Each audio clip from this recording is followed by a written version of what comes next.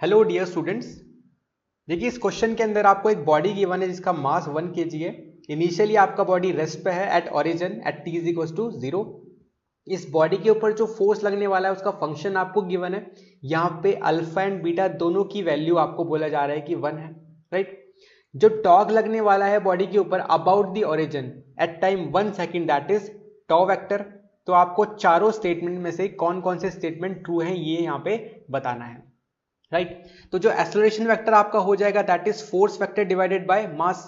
मास की वैल्यू आपकी 1 kg है, अल्फा एंड बीटा आपके 1 kg है, तो आपका एक्सेलरेशन वेक्टर कितना आ जाएगा ti cap plus 1j cap. Now acceleration vector को आप कितना लिख सकते हो dv vector by dt, rate of change of velocity vector. And यहां से आप इंटीग्रेट कर सकते हो dv वेक्टर को from 0 to v vector, right, and time को 0 से t तक। तो आपके पास वेलोसिटी वेक्टर का कुछ फंक्शन आ जाएगा T square by 2 I cap plus T J cap. देखिए आपको वेलोसिटी वेक्टर कहां पे निकालना है 1 सेकंड पे, तो आपके पास जो वेलोसिटी वेक्टर की वैल्यू यहां से आ जाएगी that is 1/2 i cap plus 2 j cap metre per second. तो ये आपके पास वेलोसिटी वेक्टर की वैल्यू आ जाएगी, ठीक है।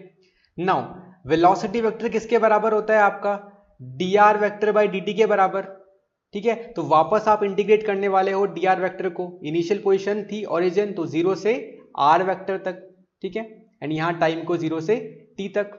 तो आपके पास आर वेक्टर का फंक्शन आ जाएगा in terms of time which is T cube by 6 I cap plus T square by 2 j cap. अब 1 सेकेंड पे आप पोजिशन वेक्टर का अगर निकालो तो कितना आ जाएगा आपके पास 1/6 I cap plus 1/2 J cap. And displacement अगर आपको निकालना है तो आपको इसी का मैग्नीट्यूड निकालना पड़ेगा। तो ये आपके पास कितना आ जा रहा है √10/36 मीटर आपका डिस्प्लेसमेंट आ जा रहा है, ठीक है। देन अगर आप टॉर्क की कैलकुलेशन आपको करनी है तो टॉर्क वेक्टर आपका कितना हो जाता है r vector cross f vector. ये आर वेक्टर का फंक्शन आपको पता है, एफ वेक्टर का फंक्शन आपको पता है, दोनों का आप क्रॉस प्रोडक्ट करोगे तो आपके पास टॉर्क वेक्टर की कुछ वैल्यू आ रही है माइनस का t³/3 k कैप, ठीक है। वापस 1 सेकेंड पे अगर आप टॉर्क की वैल्यू निकालोगे तो ये कुछ आ जाएगा माइनस का 1/3 k cap. And magnitude wise अगर बात करो आप तो टॉर्क की वैल्यू कितनी आ जाएगी 1/3 न्यूटन इंटू मीटर, ठीक है। अब देखिए ऑप्शन हमें मैच कराने हैं। सबसे पहले ए ऑप्शन में बोल रहा है कि टॉर्क का magnitude that is 1/3 newton metre. तो क्या ये सही है? हाँ ये बिल्कुल सही है। हमने अभी भी कैलकुलेट किया कि आपके टॉर्क वेक्टर की वैल्यू कितनी है 1/3 न्यूटन मीटर है। तो ये ऑप्शन आपका यहां पे सही हो जाएगा, ए ऑप्शन आपका करेक्ट हो जाएगा, ठीक है। बी ऑप्शन की बात करते हैं the torque vector is in the direction of unit vector plus के कैप, ठीक है।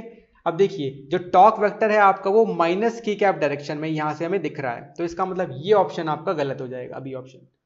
सी ऑप्शन की बात करते हैं velocity of the body at t is equal to 1 second is, velocity vector का फंक्शन आपको गिवन है। देखिए हमारा वेलोसिटी वेक्टर का फंक्शन भी सेम आ रहा है, इसका मतलब ये ऑप्शन आपका सही हो जाएगा। तो इसको भी आप लोग टिक कर सकते हो, ये सी ऑप्शन आपका करेक्ट हो जाएगा। देन डी ऑप्शन की बात करते हैं। डी ऑप्शन में बोल रहा है magnitude of displacement of the body at t is equal to 1 second is 1/6 metre, ठीक है। तो आपने देखा कि 1 सेकेंड पे आपका डिस्प्लेसमेंट कितना आ जा रहा था √10/36 मीटर, राइट। तो ये वाला ऑप्शन भी आपका इनकरेक्ट हो जाएगा।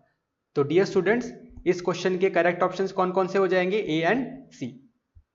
Thank you dear students.